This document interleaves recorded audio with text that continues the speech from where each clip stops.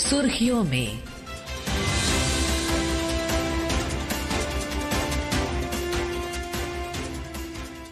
ये आकाशवाणी है। प्रस्तुत है कार्यक्रम सुर्खियों में। इसके अंतर्गत सुनिए, बिहार में रेल विकास की बढ़ती रफ्तार पर चर्चा। इसमें भाग ले रहे हैं वरिष्ठ पत्रकार मदन जैड़ा और आकाशवाणी संवाददाता कमल कुमार प्रजापति। रेलगाड़ियां बिहार की यातायात की धुरी रही हैं, क्योंकि बिहार की एक बहुत बड़ी आबादी देश के कोने कोने में रेलगाड़ियों से यात्रा करके पहुंचती है। इसीलिए भारत सरकार ने बीते कुछ वर्षों में इस बात को केंद्र में रखते हुए बिहार में रेल के ढांचे को सुधारा है और रेल से जुड़ी हुई विभिन्न बड़ी परियोजनाओं को शुरू किया है और बहुत सी परियोजनाएं संचालित भी की जा रही हैं, चल रही हैं, जिससे कि आगे आने वाले समय में हम रेल के मामले में बिहार की एक बहुत बड़ी बदलती हुई तस्वीर देख पाएंगे। आज ही केंद्रीय रेल मंत्री अश्विनी वैष्णव ने नई दिल्ली से और बिहार के उप मुख्यमंत्री सम्राट चौधरी ने पटना जंक्शन से 7 नई रेलगाड़ियों का उद्घाटन किया। इनमें 3 तो अमृत भारत रेल गाड़ियां हैं जो कि बिहार को विभिन्न देश के कोनों से जोड़ेंगी। तो आज हम कार्यक्रम में बिहार में बढ़ते हुए रेल के ढांचागत विकास पर चर्चा करने जा रहे हैं। हमारे साथ कार्यक्रम में शामिल हैं वरिष्ठ पत्रकार मदन जैड़ा। बहुत बहुत स्वागत है आपका कार्यक्रम में। जी धन्यवाद। तो सबसे पहले हम एक मूल सवाल से ही चर्चा को शुरू करते हैं। बीते जो कुछ वर्ष रहे हैं उसमें किस तरह से आपने बिहार के बदलते हुए रेल ढांचे को देखा है, और खास तौर पर जो आज की ये 7 रेलगाड़ियों की नई परियोजनाएं हैं जो आज बिहार को सौगात के रूप में मिली हैं, वो कैसे बिहार की तस्वीर को बदलने में सहायक होंगी? देखिए, अगर बिहार में हम रेल नेटवर्क की बात करें तो अभी जिस प्रकार से पिछले कुछ समय से लगातार इस पर काम हो रहा है, इसके 2 फायदे मैं देखता हूँ। एक जो तात्कालिक फायदा है वो तो यह है कि अभी जो बिहार के लोग बड़े पैमाने पर देश के कोने कोने में जाके काम कर रहे हैं, वहां पर रोजगार कर रहे हैं, तो उनको जब वो अपने घर जाते हैं, अपने गांव जाते हैं, अपने शहर जाते हैं, तो उनको काफी दिक्कतों का सामना करना पड़ता था। और लगातार हम कई बार मीडिया में भी तस्वीरें आती थी किस प्रकार ट्रेनों में ठूस ठूस कर वो लोग जा रहे हैं, किस कठिनाई से वो जा रहे हैं। लेकिन अब उसकी जगह पर अमृत भारत जैसी ट्रेनें जो लंबी दूरी की हैं और कम किराए वाली हैं, अफोर्डेबल हैं एक आम आदमी के लिए, उस तरह की ट्रेनें चलाई जा रही हैं। 3 ट्रेनें आज चलाई गई हैं, 3 अलग अलग सिटीज के लिए, एक साउथ के लिए, एक राजस्थान के लिए और एक दिल्ली के लिए। 12 ट्रेनें पहले से चल रही थी। तो मुझे लगता है कि जो लगातार विस्तार हो रहा है, एक तो तात्कालिक फायदा जो बिहार के लोग हैं, प्रवासी लोग हैं,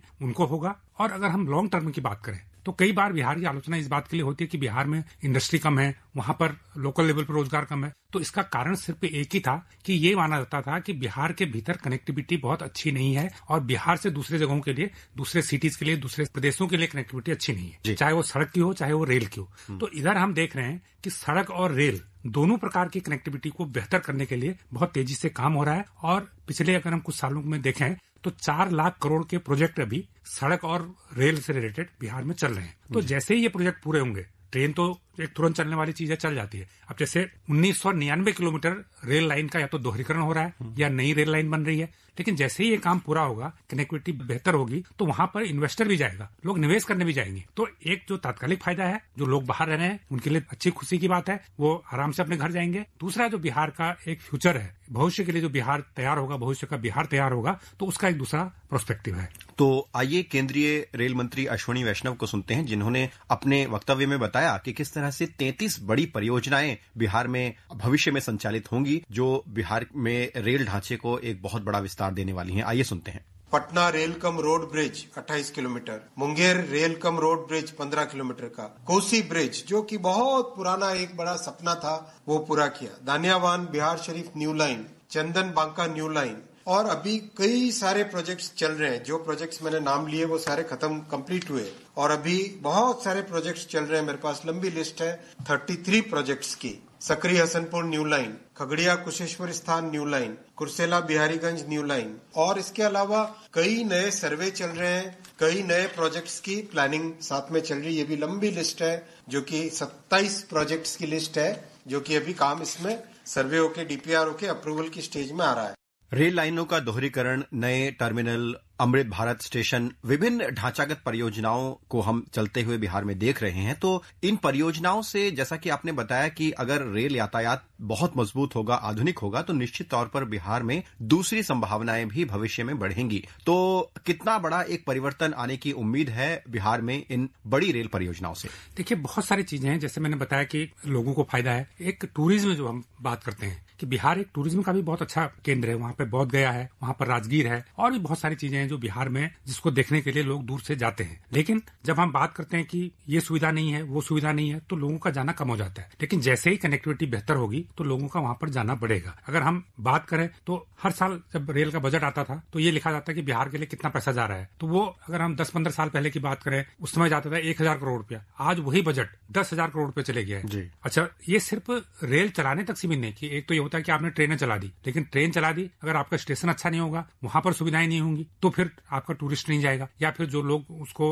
यूज भी करेंगे उनको लगेगा कि कहीं न कहीं कमी है। लेकिन जो अमृत भारत स्टेशन योजना है, 98 स्टेशन बिहार में ऐसे हैं जिनको आधुनिक बनाया जा रहा है, जिनका मॉडर्नाइजेशन किया जा रहा है। इसी प्रकार पटरी भी है, ट्रेन भी है, लेकिन अगर वो अटक के चल रही है, अगर वो फास्ट नहीं है, सिंगल पटरी है, एक ही पटरी पे दोनों तरफ की ट्रेनें चल रही हैं, तो फिर उससे भी जो यात्रा का समय बहुत ज्यादा लगेगा। इसलिए रेल लाइनों का दोहरीकरण भी हो रहा है। तो मुझे लगता है कि जो एक अप्रोच है सरकार की, वो एक समग्र अप्रोच है, वो एक समावेशित अप्रोच है, जिसमें सभी पहलुओं का ध्यान रखा जा रहा है। और मुझे लगता है कि अगर ये चीजें जैसे जैसे आगे इनके रिजल्ट आते जाएंगे तो उसका बड़ा व्यापक असर पड़ेगा, बिहार में टूरिज्म बढ़ेगा। और आज हम जानते हैं कि कई देश, और मगर देश की बात न भी करें दूसरे देशों की, हमारे ही कई प्रदेश ऐसे हैं जिनकी इकोनॉमी सिर्फ टूरिज्म से चल रही है। चाहे वो धार्मिक टूरिज्म हो, चाहे वो ऐतिहासिक टूरिज्म हो, या वो चाहे वो पहाड़ों वाला टूरिज्म हो, तो कोई न कोई टूरिज्म वहां पर है और उसी से उनकी बहुत अच्छी इकोनॉमी चल रही है। तो इसलिए प्रधानमंत्री जी कहते हैं कि भाई आप कहीं भी जाइए, लेकिन साल में एक बार अपने देश के पर्यटन स्थल का दौरा कीजिए। तो इसलिए बिहार भी एक अच्छा पर्यटन स्थल भी बन सकता है।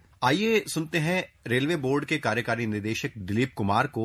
उन्होंने बताया कि आज जो शुरू हुई अमृत भारत रेलगाड़ियां हैं वो किस क्षेत्र से किस क्षेत्र को जोड़ेंगी और कैसे बिहार के विकास में एक बड़ा योगदान देंगी। जो अमृत भारत ट्रेनें आज प्रारंभ की जा रही है उसमें से दरभंगा अजमेर के बीच एक अमृत भारत है, एक अमृत भारत एक्सप्रेस का परिचालन छपरा और दिल्ली के बीच में किया जा रहा है, और तीसरी अमृत भारत जो आज प्रारंभ की जा रही है उसका परिचालन मुजफ्फरपुर और हैदराबाद के बीच में किया जाएगा। जो अमृत भारत ट्रेनें चल रही है उसमें से सबसे अधिक करीब 15 में से 13 ऐसी होंगी जो कि या तो बिहार से ओरिजिनेट करेंगे या बिहार होकर के गुजरेंगी। अमृत भारत रेल ये ऐसी रेलगाड़ियां हैं जो किफायती हैं लेकिन आधुनिक भी हैं। इन रेलगाड़ियों के कॉन्सेप्ट पर आपके क्या विचार हैं, और खासतौर पर बिहार में सबसे ज्यादा अमृत भारत रेलगाड़ियों की जो कनेक्टिविटी है वो रेल मंत्रालय ने दी है, वो कैसे बिहार में एक अफोर्डेबल और एक मॉडर्न रेल ट्रेवल को बढ़ाने में मदद करेंगी? देखिए, एक अमृत भारत ट्रेन का जो कॉन्सेप्ट था, मुझे लगता है कि ये एक कॉन्सेप्ट किसके पीछे दो बातों पर ध्यान रखा गया था। एक तो ये ट्रेनें लंबी दूरी को कवर करें, दूसरा इसमें ये ध्यान दिया गया था कि इसमें ज्यादा आरामदायक हो और किराया कम हो। तो जो स्लीपर के कोच होते थे, हम एक 3 टियर स्लीपर में एक कोच होते थे जिसमें नॉन एसी कोच होते थे, उन स्लीपर कोच की संख्या बहुत कम होती थी और उनकी डिमांड बहुत ज्यादा होती थी। स्थिति ये थी कि अगर एक ट्रेन में 4 डिब्बे हैं तो उसमें जो बुकिंग होती थी वो करीब 10 डिब्बों की बुकिंग हो जाती। तो इस ट्रेन में ये किया गया कि सारी इस ट्रेन को स्लीपर कोच बनाया गया है, चाहे ज्यादा स्लीपर कोच या अनरिजर्व कोच में रखा गया है। मकसद ये है कि ज्यादा से ज्यादा लोग इसमें सफर कर सकें और लंबी दूरी का सफर तय करें और उनको प्रॉपर सीट मिल जाए, उनको रिजर्वेशन मिल जाए और उसका जो किराया हो वो रिजनेबल हो, वो बहुत महंगा ना हो, उसे अफोर्ड भी कर सकें। तो मुझे लगता है कि ये जो 3-4 कॉन्सेप्ट को ध्यान में रखकर इस ट्रेन को चलाया गया था, और ये भी इसमें ध्यान रखा गया था कि ये ट्रेनें जो समय पहले की जो ट्रेनें थी, पैसेंजर ट्रेनें थी, उनकी तुलना में ये समय कम ले रही हैं। तो इन 3-4 चीजों से ट्रेनें, नया कॉन्सेप्ट है, लेकिन ये ट्रेनें काफी पॉपुलर हो रही हैं, काफी लोकप्रिय हो रही हैं। आज जो भी व्यक्ति जाता है तो वो अगर अफोर्डेबल यात्रा करना चाहता है तो अमृत भारत ट्रेन को वो पहली प्राथमिकता देता है। और बिहार की अगर बात करें तो आज अगर 3 ट्रेनों को मिला के 15 अमृत भारत ट्रेनें बिहार के लिए हो गई, तो मुझे लगता है कि जितनी अमृत भारत ट्रेनें अभी तक चली हैं सबसे ज्यादा बिहार के लिए चलाई गई है। बिहार के लोग इस मामले में बड़े खुशनसीब हैं और उनको जरूरत भी है उनकी। जिस प्रकार से वहां से लोग बाहर जाते हैं और वापस जाते हैं तो उस हिसाब से वहां जरूरत भी है। तो मुझे लगता है कि एक अच्छा कदम है और निश्चित रूप से इससे लोगों को फायदा हो रहा है। और अमृत भारत रेलगाड़ियों की तो हमने बात की ही, लेकिन जो बिहार में स्थानीय स्तर का यातायात है उसे बढ़ाने में पैसेंजर रेलगाड़ियों का बड़ा महत्व है। और बहुत लंबे समय से लोगों की मांग थी, आशाएं थी कि उनके इलाके में पैसेंजर रेलगाड़ियां शुरू हो। तो आज जो पैसेंजर रेलगाड़ियों की शुरुआत हुई है वो कैसे बिहार में स्थानीय यातायात को और मजबूत करने वाली है और किस तरह से लंबे समय से लोगों का ये सपना पूरा हुआ है? देखिए, 2 तरह की कनेक्टिविटी होती है। एक तो आप एक स्टेट से दूसरे स्टेट जाते हैं या दूसरे बड़े शहर जाते हैं, 2 मेट्रोज के बीच में कनेक्टिविटी होती है। इसके अलावा आजकल जो हमारी सिटीज हैं, अगर हम किसी स्टेट की बात करें तो वहां पे जो छोटे छोटे शहर पहले होते थे अब वो बहुत बड़े शहर हो गए। तो बड़े शहर हो गए तो एक शहर से दूसरे शहर लोगों का आना जाना बहुत ज्यादा हो जाता है। तो इसमें अभी तक जो दो शहरों के बीच में, अगर मान लीजिए दो शहर 100 किलोमीटर या 150 किलोमीटर की दूरी के बीच हैं, तो उसमें एक बस एकमात्र साधन होता है कि बस से जाएं या फिर लोग अपनी प्राइवेट कार से जाएं। लेकिन अब ये कॉन्सेप्ट मैं देख रहा हूँ सरकार में कि दो छोटे छोटे शहरों के बीच भी एक ट्रेन चल रही है या 3 शहरों को एक ट्रेन कनेक्ट कर रही है, जिसे हम पैसेंजर ट्रेन कहते हैं। तो इस तरह की आज 4 ट्रेनें चलाई गई हैं, तो ऐसी ट्रेनें भी बढ़ रही हैं। तो मुझे लगता है कि ये भी एक जरूरत है, क्योंकि जो छोटे शहर हैं वो मेट्रो सिटीज में तब्दील होते जा रहे हैं, बड़े शहर बनने, मिलियन प्लस सिटी तो बन ही रहे हैं, 10 लाख से ज्यादा आबादी तो हो ही रही है शहरों की। तो ऐसे में अगर दो शहरों के बीच में कनेक्टिविटी का एक साधन एक पैसेंजर ट्रेन भी हो, बाकी जो रोड संपर्क है वो तो होगा ही, और जो लोग सक्षम है वो अपनी प्राइवेट कार से भी यूज कर सकते हैं, टैक्सी भी यूज कर सकते हैं। तो मुझे लगता है कि एक और अच्छी बात है, ज्यादा से ज्यादा शहरों को, चाहे वो बिहार के हों या चाहे किसी दूसरे स्टेट के हों, शहरों को भी आपस में ट्रेन से जोड़ने की जरूरत है। और ऐसे ट्रेन, खासकर ऐसे सर्कुलर ट्रेनें चलाए जाने की जरूरत है जो 4-5 शहरों को जोड़ते हुए दिन में 2-3 चक्कर लगाए। तो मुझे लगता है कि इसी कॉन्सेप्ट को ध्यान में रखते हुए आज 4 पैसेंजर ट्रेनें वहां चलाई गई हैं और उम्मीद करता हूं कि भविष्य में और भी चलाई जाएंगी। त्योहारों के मौसम में हमेशा से ही यातायात को और ज्यादा सुदृढ़ करने पर रेल मंत्रालय का जोर रहता है, लेकिन इस बार बिहार के लिए 12,000 नई विशेष रेलगाड़ियां चलाने की योजना है। तो केंद्रीय मंत्री अश्विनी वैष्णव ने क्या कहा इस बारे में, आइए सुनते हैं। छठ और दीपावली पे रिकॉर्ड संख्या में 12,000 special train, last year 7,500 special train की थी, और इस बार प्रधानमंत्री जी ने हमको मार्गदर्शन दिया कि एक नया लेवल लाओ, सर्विस का नया रिकॉर्ड बनाओ। तो 12,000 स्पेशल ट्रेन, जिसमें करीब 10,500 ऑलरेडी नोटिफाई हो चुकी हैं और 150 ट्रेन रखी जाएंगी अनरिजर्व्ड, जिससे कि अचानक लास्ट में कहीं से मेजर डिमांड आती है तो वहां पर डिप्लॉय कर सके।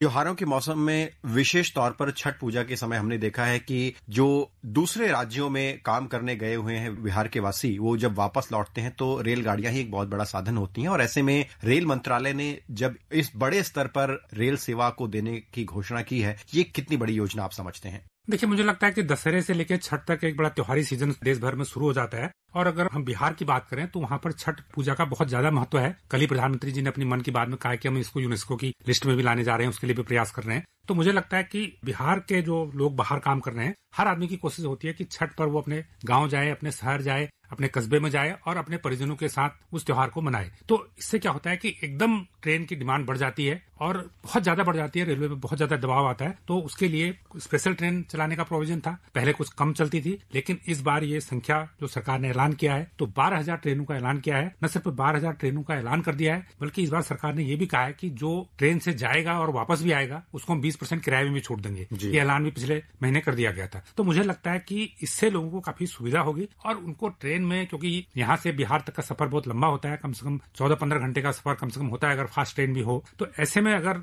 आदमी को सुविधाजनक ट्रेन में सीट मिल जाएगी, बैठने की जगह मिल जाएगी, या जो लोग स्लीपर का रिजर्वेशन करा सकते हैं तो उनको स्लीपर में सोने की जगह मिल जाएगी। तो मुझे लगता है कि जो आदमी अपने घर में साल भर काम करके बाहर नौकरी करके त्योहार मनाने जा रहा है और आराम से वो सफर कर सकेगा, तो निश्चित रूप से सरकार का शुक्रगुजार होगा, क्योंकि वो साल में एक बार जाता है और उसमें उसका जो बहुत सारा सामान भी अपने गांव ले जाता है, अपने घर के लिए ले जाता है। तो सामान, जब वो खुद बैठने की जगह नहीं होती तो सामान रखने की जगह तो कहीं होती ही नहीं है, तो वो खुद आराम से भी बैठ सकेगा और उससे अपना जो सामान, सूटकेस या बैग उसके हाथ में, उसको भी सुरक्षित तरीके से अपने घर तक ले जा पाएगा। तो मुझे लगता है कि इससे अगर लोगों को सुविधा होगी तो लगता है कि बड़ी सेवा होगी लोगों की। बिल्कुल। तो हम जैसा कि बात कर रहे थे विभिन्न परियोजनाओं की, तो निश्चित तौर पर जो 33 बड़ी परियोजनाएं हैं जिन पर काम चल रहा है और जो अभी जिन परियोजनाओं की शुरुआत हो चुकी है, आगे आने वाले समय में हम इसके बहुत बड़े नतीजे बिहार में देखने वाले हैं। किस तरह से यातायात के सुधरने से बिहार में विकास के नए अवसर खुलेंगे, इसके हम आगे आने वाले समय में जरूर साक्षी बनेंगे। बहुत बहुत धन्यवाद मदन जाड़ा जी, कार्यक्रम में आप जुड़े और बिहार में जो रेल परियोजनाएं हैं उस पर आपने विस्तार से चर्चा की।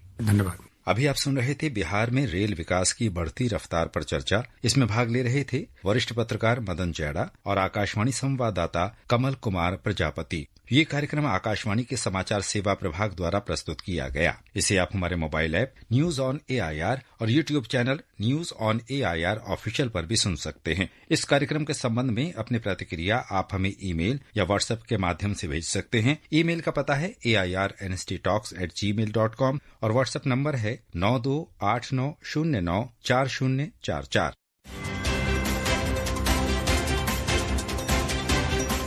सुर्खियों में